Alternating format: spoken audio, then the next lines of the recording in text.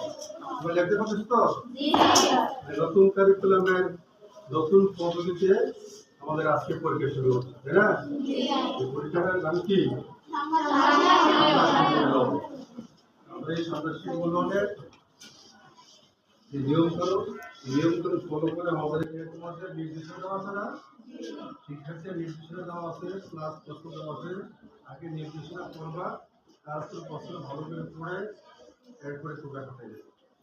যেটা একক কাজ আছে, জোড়া কাজ আছে, দলীয় কাজ আছে নাকি? যেগুলো কাজ আছে সারা নির্দেশনা দিব, সারা নির্দেশনা আছে, নির্দেশনা নির্দেশনা আসছে। সবাই ভালো পরিষ্কার করতে। ধন্যবাদ।